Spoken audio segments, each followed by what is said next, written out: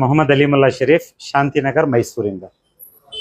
ನಾನು ಸುಮಾರು ಒಂದು 12-13 ವರ್ಷದಿಂದ ಆರ್ ಟಿ ಐ ಆಕ್ಟಿವಿಸ್ಟ್ ಆಗಿ ಸೋಷಿಯಲ್ ವರ್ಕ್ ಕೆಲಸ ನೋಡ್ಕೊಂಡು ಹೋಗ್ತಾ ಇದ್ದೀನಿ ಪಬ್ಲಿಕ್ ಇಂಟ್ರೆಸ್ಟ್ನಲ್ಲಿ. ಮೈಸೂರಿಗೆ ಇದಕ್ಕೆ NR ಕ್ಷೇತ್ರಕ್ಕೆ ಸೇರಿದ್ದು ಎಲ್ಲ ನೋಡ್ಕೊಂಡು ಸಿವಿಕ್ ಇಶ್ಯೂನಲ್ಲಿ ಸ್ಪೆಸಿಫಿಕ್ ಆಗಿ ನಾನು ಅಜಿಸೆಟ್ ಡಬಲ್ ರೋಡ್, ವೈಡ್ನಿಂಗ್ ಡಬಲ್ ರೋಡ್ಗೆ ನಾನು ಇಶ್ಯೂ ಅನ್ನ ನೋಡ್ಕೊಂಡು ಏನು ಹೇಳಕ್ ಹೋಗ್ತಾ ಇದ್ದೀನಿ ಅಂತ ಹೇಳಿದ್ರೆ, ಸುಮಾರು ನಾನು 12-13 ವರ್ಷದಿಂದ ನಾನು ಈ ಆರ್ ಟಿ ಐ ಆಕ್ಟಿವಿಸಮ್ನಲ್ಲಿ ಓಡಾಡ್ಕೊಂಡು ಹೋಗುವಾಗ ಸುಮಾರು ಇವಾಗ 3 ವರ್ಷ ಹಿಂದ್ಗಡೆಯಿಂದ ನನಗೆ ಮೈಸೂರು ವಕ್ಫ್ ಬೋರ್ಡ್ ಬಗ್ಗೆನೂ ಗೊತ್ತಾಗ್ತದೆ. ದೊಡ್ಡ ಮಟ್ಟಕ್ಕೆ ಸ್ಕ್ಯಾಮ್ ನಡೀತಾ ಐತೆ ಇಲ್ಲಿ ಅಂತ ಯಾರೋ ಬಂದು ಸುಮಾರು ಜನರಲ್ ಪಬ್ಲಿಕ್ ಬಂದು ನನಗೆ ಹೇಳ್ತಾರೆ, ಅಲ್ಲಿಂದ ಇವಾಗ ನೀವು ಇದು ರೋಡ್ ಬಗ್ಗೆ ಇಷ್ಟೊಂದು ನೀವು ನೋಡ್ಕೊಂಡು ಹೋಗ್ತಾ ಇದ್ದೀರಲ್ಲ, ಈ ಸಮಸ್ಯೆಯನ್ನು ಸ್ವಲ್ಪ ನೋಡಿ ಅಂತ. ನೋಡಕ್ ಹೋಗ್ತೀನಿ, ಎಷ್ಟು ಕಡಿಮೆ ಹೇಳ್ತೀನಿ ಅಷ್ಟು ಒಳ್ಳೇದು. ಸುಮಾರು ಒಂದು ಮಿಸ್ಅಪ್ರೋಪ್ರಿಯೇಷನ್ ಆಫ್ ಫಂಡ್ ಕಾಣಿಸ್ತದೆ, ಮಿಸ್ಯೂಸ್ ಆಫ್ ಫಂಡ್ಸ್ ಗೊತ್ತಾಗ್ತದೆ, ವೈಲೇಷನ್ ಡ್ಯೂರಿಂಗ್ ಎಲೆಕ್ಷನ್ ಗೊತ್ತಾಗ್ತದೆ. ವೈಲೇಷನ್ ಬಗ್ಗೆ ಏನಂತ ಹೇಳೋಣ, 20 ವರ್ಷದಿಂದ ಎಲೆಕ್ಷನ್ ಆಗ್ಲಿಲ್ಲ ಕಮಿಟಿಗಳಿಗೆ.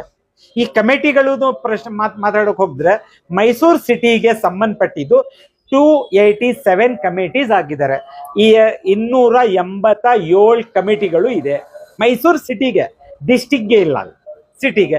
ಆ ಕಮಿಟಿನಲ್ಲಿ 287 ನಲ್ಲಿ 60 ಕಮಿಟೀಸ್ ಆರ್ ಮೇಜರ್ ಅಂತ ಹೇಳಿದ್ರೆ, ಒಂದು ಕಮಿಟಿಗೆ ವರ್ಷಕ್ಕೆ ಅವ್ರದ್ದು ಆದಾಯನಲ್ಲಿ ಎಲ್ಲ ಖರ್ಚು, ಇದು ವಧು ಹಾಳು ಮಳು ಎಲ್ಲ ಖರ್ಚು ಹೋಗಿ ಅವ್ರಿಗೆ 1 ಲಕ್ಷದ ಮೇಲೆ ಉಳಿಬೇಕು.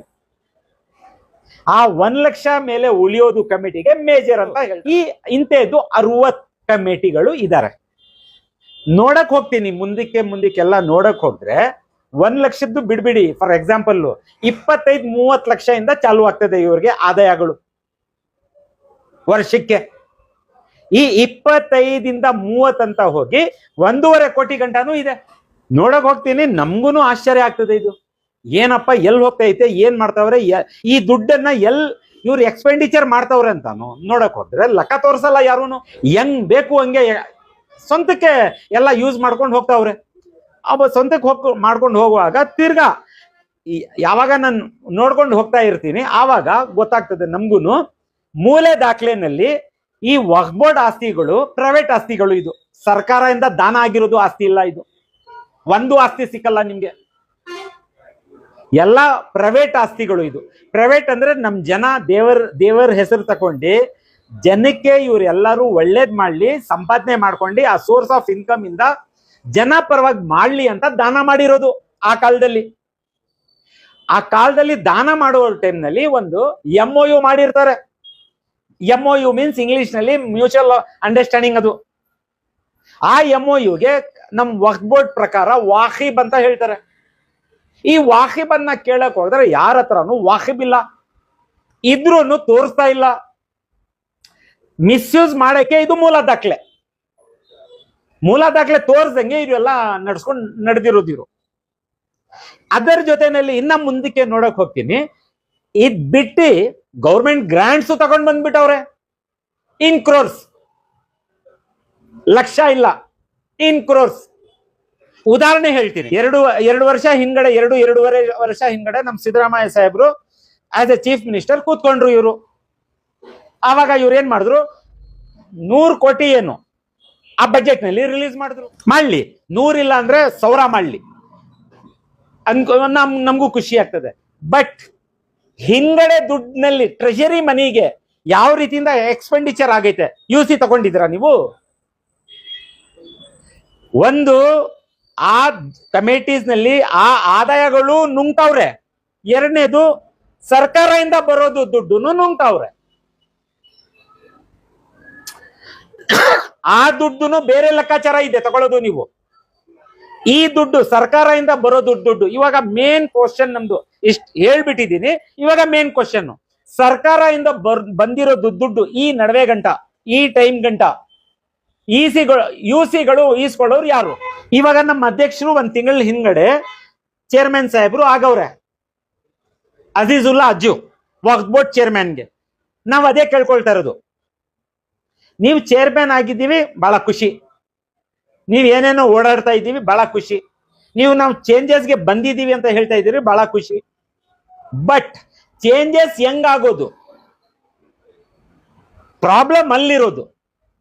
ನಾವು ಹೇಳೋದು ಒಂದು, ನಾವು ಓಡಾಡೋದು ಒಂದಂತ ಹೇಳಿದ್ರೆ ಆಗಲ್ಲ. ಯುಸಿಗಳು ಈಸ್ಕೊಳ್ಳಿ ಇವ್ರಿಗೆ ಹಳೆಯ ಗ್ರಾಂಟ್ಸ್, ಏನೇನ್ ಗೌರ್ಮೆಂಟ್ ಇಂದ ಗ್ರಾಂಟ್ಸ್ ಆಗೈತೆ. ಉದಾಹರಣೆ ಹೇಳ್ತಾ ಇದ್ದೀನಿಲ್ಲ, ಹೋದ್ ವರ್ಷ 100 ಕೋಟಿ ಏನೋ ರಿಲೀಸ್ ಆಗೈತೆ ಪೂರ್ತಿ ಸ್ಟೇಟ್ಗೆ. ಅದ್ನಲ್ಲಿ ಮೈಸೂರ್ಗೆ ನಾನು ಸ್ಪೆಸಿಫಿಕ್ ಆಗಿ ಮೈಸೂರ್ಗೆ ನಾನು ನೋಡ್ತಾ ಇರೋದು. ಮೈಸೂರು ಡಿಸ್ಟಿಕ್ಗೆ ಎಷ್ಟು ರೂಪಾಯಿ ರಿಲೀಸ್ ಆಗೈತೆ ನೋಡಿ. ಯಾರ್ಯಾರಿಗೆ ಎಷ್ಟೆಷ್ಟು ನೀವು ಹಂಚಿದ್ರಿ ಅದ್ ನೋಡಿ. ಅವ್ರು ಸರಿಯಾಗಿ ತಗೊಂಡೋಗಿ ಎಲ್ಲ ಎಕ್ಸ್ಪೆಂಡಿಚರ್ ಮಾಡವ್ರೆ ಇಲ್ಲ, ಅದರದ್ದು ಯುಸಿ ತಗೊಳ್ಳಿ. ಯುಸಿ ಕೊಳ್ಳಿಲ್ಲ, ಕೊಡ್ದಂಗಿದ್ದಾರೆ, ಅವ್ರ ಮೇಲೆ ಮಿಸ್ಅಪ್ರೋಪ್ರಿಯೇಷನ್ ಆಫ್ ಫಂಡ್ ಕೇಸಸ್ ಹಾಕಿ. ಇದೆಲ್ಲ ನೀವು ಸ್ಟ್ರಿಕ್ಟ್ ಮೆಷರ್ಸ್ ನಲ್ಲಿ ಹೋದ್ರೆ ಟ್ರೆಷರಿ ಮನಿ ಸೇಫ್ ಗಾರ್ಡ್ ಆಗ್ತದೆ, ಬಚಾವ್ ಆಗ್ತದೆ, ಟ್ರಾನ್ಸ್ಪರೆನ್ಸಿಗೆ ಕೂತ್ಕೊಳ್ತದೆ. ನಾವು ಇರ್ತೀವೋ ಇಲ್ಲ, ಬೇರೆಯವನು ಮುಂಗಡೆ ಟೈಮ್ ನಲ್ಲಿ ಕೂತ್ಕೊಳ್ಳೋವನು ಹುಷಾರಾಗ್ತಾನೆ. ಇಲ್ಲಿ ಕಾನೂನು ಇದೆ ಕಣಪ್ಪ. ನಾವು ಮಿಸ್ಯೂಸ್ ಮಾಡಿದ್ರೆ ಆ ಕಾನೂನ್ಗೆ ಎದರ್ತಾನೆ. ನಾವು ನೋಡ್ತಾ ಇದ್ದೀವಿ. ನೀವು ಎಲ್ಲೆಲ್ಲೋ ಹೋಗ್ತಾ ಇದ್ದೀರಿ, ಹೋಗಿ, ಬೇಡ ಅಂತ ಹೇಳಲ್ಲ. ಬಂದ್ಬಿಡಿ, ನಾವ್ ಏನೇನೋ ಗ್ರಾಂಟ್ಸ್ ಕೊಡ್ತೀವಿ, ಬಂದ್ಬಿಡಿ, ನಾವ್ ಏನೇನೋ ಕಮಿಟಿ ಮಾಡ್ಕೊಟ್ಬಿಡ್ತೀವಿ ಅಂತ ಹೇಳ್ತಾ ಇದ್ದೀರಿ. ನೀವು ದಯವಿಟ್ಟು ಪ್ಲೀಸ್ ನೀವು ಅದು ಹೇಳಕ್ ಹೋಗ್ಬಿಡಿ. ನಿಮ್ಮ ಅಧಿಕಾರ ಚೇರ್ ಮೇಲೆ ಕೂತ್ಕೊಂಡು ದಾಖಲೆ ತರಿಸ್ಕೊಳ್ಳಿ. ಸೀರಿಯಸ್ ನೋಟ್ ಆಗಿ ವಕ್ಫ್ ಆಫೀಸರ್ಗೆ, ಡಿಸ್ಟ್ರಿಕ್ಟ್ ವಕ್ಫ್ ಆಫೀಸರ್ಗೆ ಸೀರಿಯಸ್ ನೀವು ಗೈಡೆನ್ಸ್ ಕೊಡ್ರಿ. ಅಡ್ವೈಸರಿ ಕಮಿಟಿ ಚೇರ್ಮನ್ ಅಂದ್ರೆ ನೀವು ಹೇಳ್ಬೇಕಾಗಿರೋದು, ಹೇಳ್ಬಿಟ್ಟು ಕೆಲಸ ಮಾಡಿಸ್ಕೋಬೇಕಾಗಿರೋದು. ನಾನ್ ಮಾಡ್ಕೊಡ್ತೀನಿ ಅಂತ ನೀವು ಹೇಳ್ಬಾರ್ದು. ಎಲ್ಲೂನು ಮಾಡ್ಕೊಡ್ತೀನಿ ಅಂತ ಹೇಳ್ದಂಗೆ ತರ್ಸ್ಕೊಂಡಿ ಕರೆಕ್ಟ್ ಇದಾರೆ ಇಲ್ಲ ನೋಡಿ. ನೀವು ಜನ ಪರವಾಗಿ ಕೆಲಸ ಮಾಡೋರೆ, ಇವರು ಎಕ್ಸ್ಪೆಂಡಿಚರ್ ಸರಿಯಾಗಿ ಮಾಡೋರೆ ಇಲ್ಲ ನೋಡಿ. ಮಾಡ್ಲಿಲ್ಲ, ಅದರದ್ದು ಅಲ್ಲಿ ಒಂದು ಲಿಮಿಟೇಷನ್ಸ್ ಇರ್ತದೆ. 6 ತಿಂಗಳಿನಲ್ಲಿ ಕೆಲಸ ಮುಗಿಸ್ಬೇಕು ಅಂತ, ಯುಸಿ ಕೊಡ್ಬೇಕಂತ. ಒಂದ್ ವರ್ಷ ಕೊಡಿ, ಇನ್ನ 6 ತಿಂಗಳು ಎಕ್ಸ್ಟ್ರಾ ಕೊಡಿ ಅವ್ರಿಗೆ. 1 ವರ್ಷದ ಒಳಗಡೆ ಅವರು ಅಕಸ್ಮಾತ್ ಯುಸಿ ಕೊಡ್ಲಿಲ್ಲ ಅಂದ್ರೆ ಮಿಸ್ಅಪ್ರೋಪ್ರಿಯೇಷನ್ ಫಂಡ್ ನಲ್ಲಿ ಹಾಕಿ ಕೇಸಸ್ ದರ್ಜ್ ಮಾಡಿ ಅವ್ರ ಮೇಲೆ. ಹಿಂಗಡೆ ನವ್ಗೆ ಭಯ ಪಡಿಸಿ. ಸರ್ಕಾರದ್ದು ದುಡ್ಡದು, ಆಸ್ತಿಗಳು ಏನ್ ನಿಮ್ಗೆ ದಾನ ಮಾಡ್ಬಿಟ್ಟು ಹೋಗೋರೆ ವಕ್ಫ್ ಬೋರ್ಡ್ದು, ಆ ಆದಾಯ ಅದು ಬೇರೆ. ಇದು ಸರ್ಕಾರ ದುಡ್ಡು, ಇದು ಸರ್ಕಾರಕ್ಕೆ ದುಡ್ಡು. ಟ್ರಾನ್ಸ್ಪರೆಂಟ್ ಆಗಿ ಸೀರಿಯಸ್ ಆಗಿ ನಡೀರಿ ಚೇರ್ಮನ್ ಸಾಹೇಬ್ರೆ. ನಾನು ಇಷ್ಟೊಂದು ಕೇಳ್ಕೊಂಡು ನಮ್ ಮೇಲ್ಗಡೆ ಗೌರ್ಮೆಂಟ್ ಆಫ್ ಕರ್ನಾಟಕದಲ್ಲಿ ನಮ್ಮ ಹಾನರಬಲ್ ವಕ್ಫ್ ಮಿನಿಸ್ಟರ್ ಸಾಹೇಬ್ರು ಇದ್ದಾರೆ, BZ ಜಮೀರ್ ಅಹಮದ್ ಸಾಹೇಬ್ರಿಗೆ ನಾನು ಮನವಿ ಏನ್ ಮಾಡ್ಕೊಳ್ತಾ ಇದ್ದೀನಿ ಅಂದ್ರೆ, ಪ್ಲೀಸ್ ಮೈಸೂರು ಡಿಸ್ಟಿಕ್ಗೆ ಒಂದ್ ನಯಾ ರೂಪಾಯಿನೂ ನೀವು ಸ್ಯಾಂಕ್ಷನ್ ಮಾಡೋದು ಮುಂಚೆ ಟ್ರಾನ್ಸ್ಪರೆಂಟ್ ಡಾಕ್ಯುಮೆಂಟ್ ನೋಡಿ. ಇವ್ರದ್ದು ಏನ್ ಬದಲಾವಣೆ ಆಗ್ಬೇಕು ಅಂದ್ರೆ ನೋಡಿ. ನಾನು ಇಷ್ಟೊಂದು ಕೇಳ್ಕೊಂಡು ಮುಂದಿನ ವಿಚಾರ ನಾನು ಮುಂದಿನ ಸಬ್ಜೆಕ್ಟ್ಸ್ ನಲ್ಲಿ ಎಲ್ಲ ಮಾತಾಡ್ತೀನಿ. ಮೇಲ್ಗಡೆಯಿಂದ ಪ್ಲೀಸ್ 1 ರೂಪಾಯಿನೂ ಇವ್ರಿಗೆ ಟ್ರಾನ್ಸ್ಪರೆಂಟ್ ದಾಖಲೆ ತಕೊಂಡ್ before they are submitting the ಹಳೆ ಡಾಕ್ಯುಮೆಂಟ್ಸ್, ಯುಸಿಗಳು ಸಬ್ಮಿಟ್ ಇದು ಅದು ಎಲ್ಲ ತೋರಿಸೋದು ಮುಂಚೆ ಬೆಂಗಳೂರಿಂದ 1 ರೂಪಾಯಿನೂ ಇವ್ರಿಗೆ ಕೊಡಕ್ ಹೋಗ್ಬಿಡಿ. In the public interest and transparency please. ಇದಕ್ಕೆ ಎಲ್ಲ ತಡೆ ಮೇಲ್ಗಡೆಯಿಂದಾನೇ ಹಾಕ್ಬೇಕಾಗಿರೋದು. ಮೇಲ್ಗಡೆಯಿಂದ ನೀವು ಸಲೀಸ್ ಮಾಡ್ಕೊಟ್ಬಿಟ್ರೆ the leakage of the tank, the leakage of the water flow won't be stop. ಏನ್ ಯಾರು ಹೇಳಿದ್ರು ಕರಪ್ಷನ್ ಮುಗಿಯಲ್ಲ. ಪ್ಲೀಸ್ ಇದೆಲ್ಲ ಮಾಡ್ಬೇಕಾದ್ರೆ ನಮ್ಮಿಂದ ಜಾಸ್ತಿ ಬುದ್ಧಿಜೀವಿನವರು ನೀವು ಯೋಚನೆ ಮಾಡಿ. ಏನೇನ್ ನಾನು ಹೇಳ್ತಾ ಇರೋದೇ ಸರಿ ಅಂತ ಹೇಳಲ್ಲ ನಾನು. ಯೋಚನೆ ಮಾಡಿ, ಒಳ್ಳೆ ರೀತಿಯಿಂದ ಸರ್ಕಾರ ಹಣ ಉಳಿಸ್ಬೇಕು, ಕೆಲಸ ಆಗ್ಬೇಕು ಅಂದ್ರೆ ಇದೆಲ್ಲ ನನ್ನ ಕಡೆಯಿಂದ ಒಂದು ಒಪಿನಿಯನ್, ಸಿಂಪಲ್ ಒಪಿನಿಯನ್. ಪ್ಲೀಸ್ ಇಷ್ಟು ಹೇಳಿ ನನ್ನ ಮಾತನ್ನು ಮುಗಿಸ್ತೀನಿ ಇನ್ಶಾಲ್ಲಾ.